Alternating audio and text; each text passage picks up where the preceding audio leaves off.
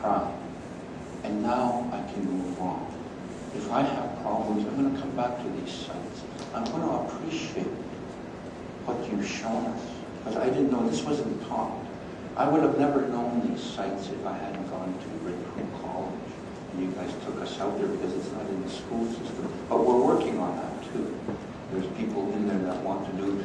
The school systems is like, I don't know, he's going to talk a little bit about that. We did this work on re-evaluating success factors where we talk about what are the measurements we use to assess success in these school systems. And it's like a square peg and we're trying to put it into a round hole. These are very basic fundamental things that challenge us. One of the researchers, filmmakers rather, we brought some of these students to another site. And he noticed a lot of them had iPods, they had cell phones and so forth. And what he told them was, don't let that technology drive who you are. Because you're Blackfoot students.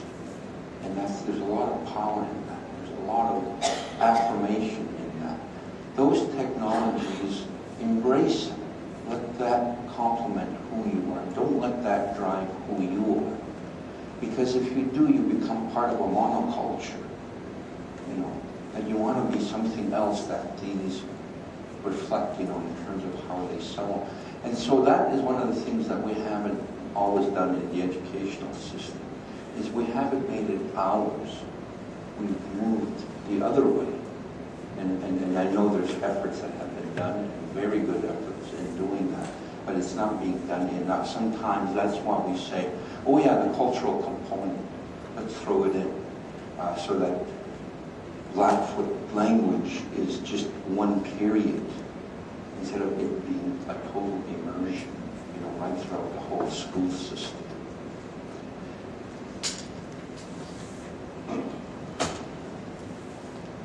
So we want to make an appeal to get rid of that notion of culture and cultural component in terms of what we're doing with Indigenous knowledge inside the academy or inside all of our school systems. And instead of talking about it like that, refer to it as a knowledge paradigm and approach it as a knowledge paradigm, and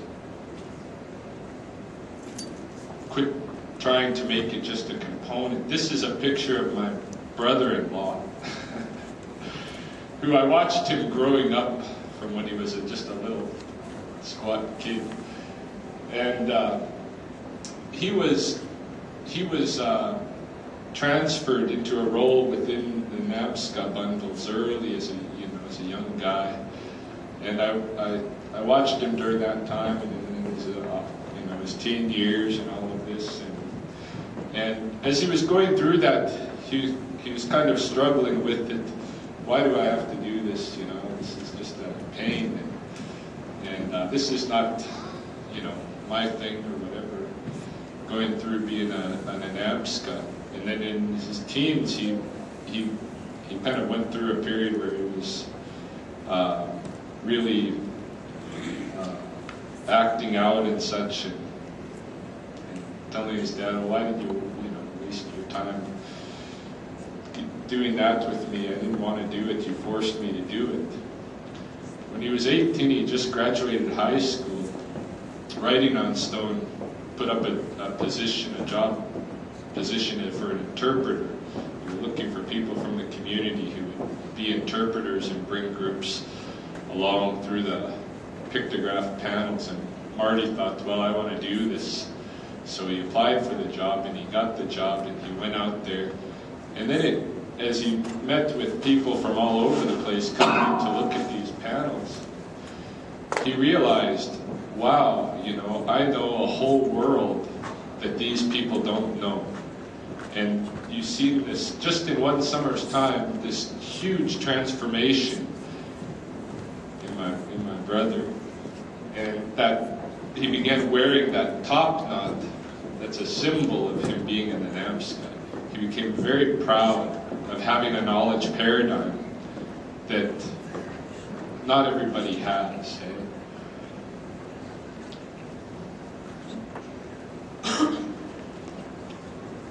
This, if Ryan is putting me on the slides, here's my revenge.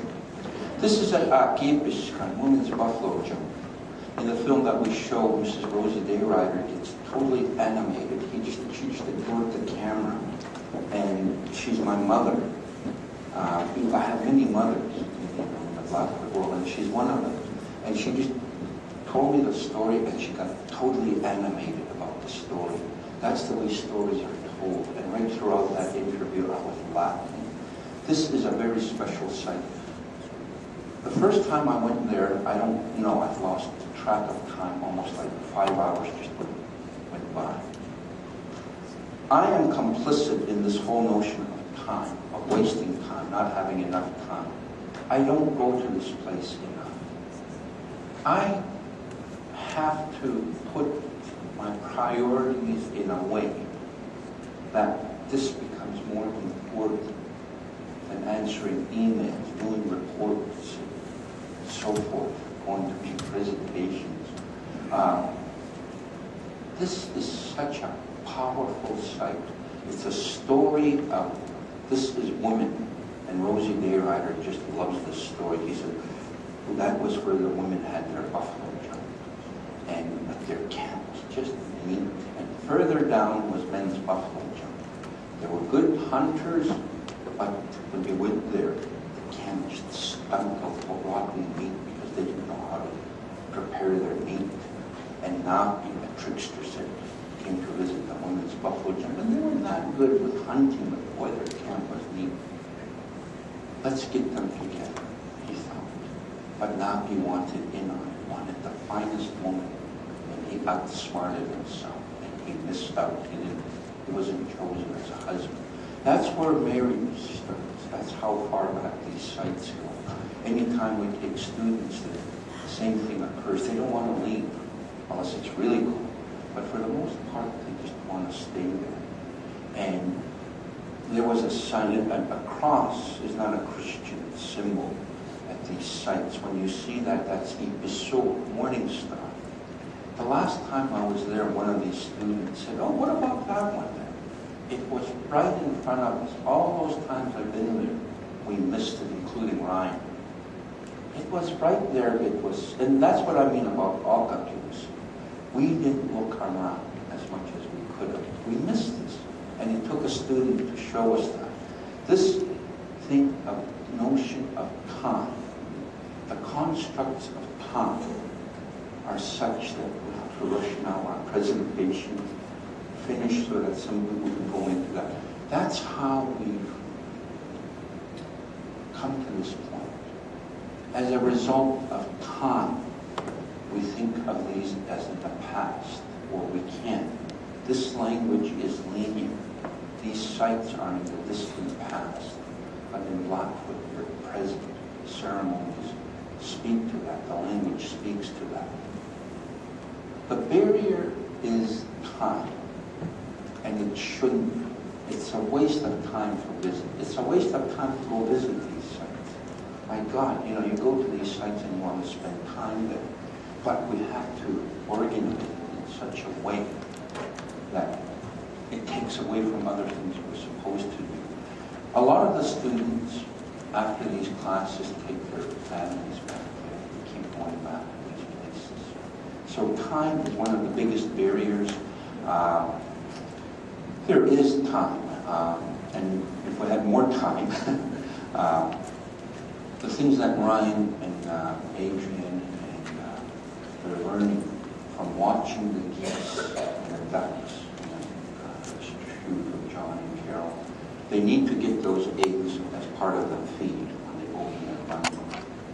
But what Ryan comes back and tells me about what they're learning from the geese, it's a renewal of how we learn from these animals. These animals taught us. There is seasonal time. It has to do. That's why we name the moons. It's not April. April is not the month of Matsi, that was the